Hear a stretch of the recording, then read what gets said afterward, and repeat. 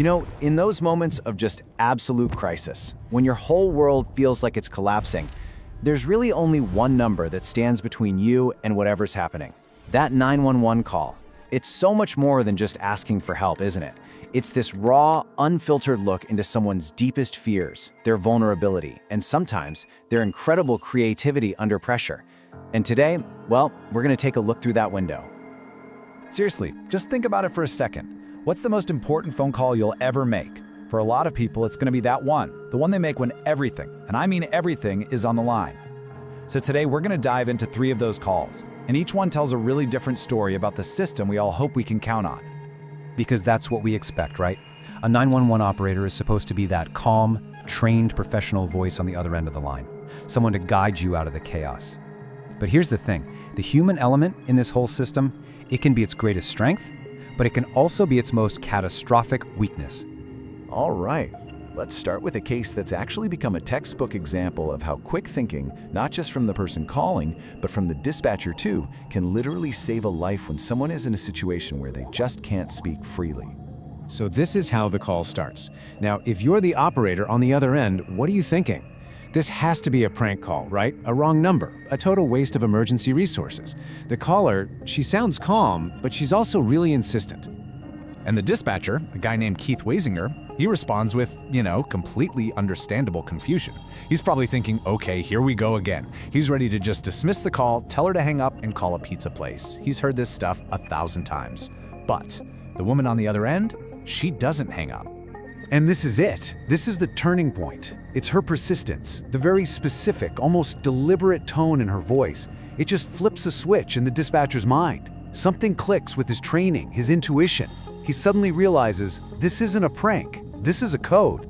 So he switches gears instantly. He gets it now. He realizes the danger she's in, and he stops questioning the whole pizza thing.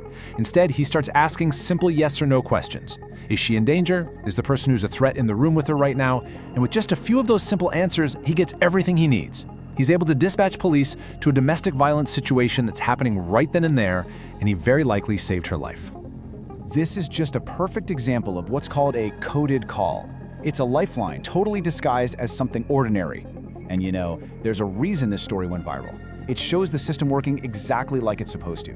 You've got an alert dispatcher who's able to read between the lines and hear that hidden, desperate plea for help. But for every single success story like that one, there are others that are just deeply, deeply disturbing.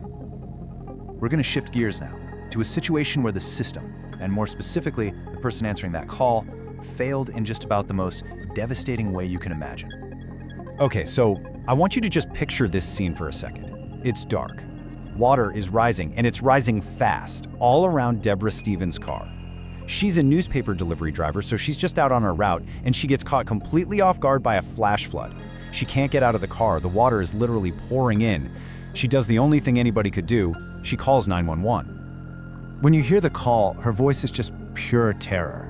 I mean, she is panicking, she's begging for help, and maybe most of all, she's just begging for someone to tell her that she's going to be okay. And this is one of those moments where a dispatcher's empathy, it becomes just as critical as their ability to send out a rescue crew. But that's not what she got. The response she received was, well, it was the opposite of that. Instead of reassurance, she was met with scorn, with ridicule.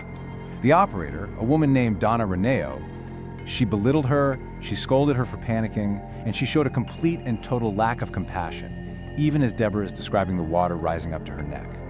The call went on for 22 minutes. 22 minutes of water filling her car. And this was the last word the operator said to Deborah Stevens before the line finally went silent. So what about the aftermath? What happened to the operator? Well, because Donna Renault had already put in her resignation 2 weeks before this call, she didn't face any termination, no official punishment for her actions. It was her last day on the job. Deborah Stevens drowned in her car. Her final moments on this earth were spent being berated and scolded by the very person she called for help, the one person who was supposed to be her lifeline. So, we've seen the system work perfectly, and we've seen it fail catastrophically. But there's a third possibility, one that's somehow even more sinister. What happens when the 911 call isn't a plea for help at all? What if it's just theater, a performance, all designed to cover up an absolutely unthinkable crime? All right, let's go to May 11th, 2012. An emergency operator in Derby, England gets this absolutely frantic call. And I mean, it is every single parent's worst nightmare. It's a mother, she's hysterical, and she's watching her house burn down with her children trapped inside. The emotion in her voice, it sounds completely raw. The terror feels 100% real. 6 children, 6 of their kids, aged just 5 to 13, died in that fire. The community was just shattered. The whole nation mourned with the parents, Mick and Mairead Philpott, who seemed completely overcome with grief. But it didn't take long for the investigation to uncover a horrifying truth. This was no accident, not even close. It was a monstrous, twisted plan. The parents, Mick and Mairead, they started the fire themselves with the help of a friend. And the goal? Oh, the goal was insane. They wanted to frame Mick's ex-mistress, then play the hero by rescuing their own kids from the fire, and then use the whole tragedy to get a bigger, state-funded house. But the plan went horribly wrong. The fire spread way, way faster than they ever thought it would. And their deception, it was just sickening, and it was on full display. In public, they were putting on a show. At one point, Mick Philpott holds this big press conference, and he's sobbing into a tissue that stays completely dry.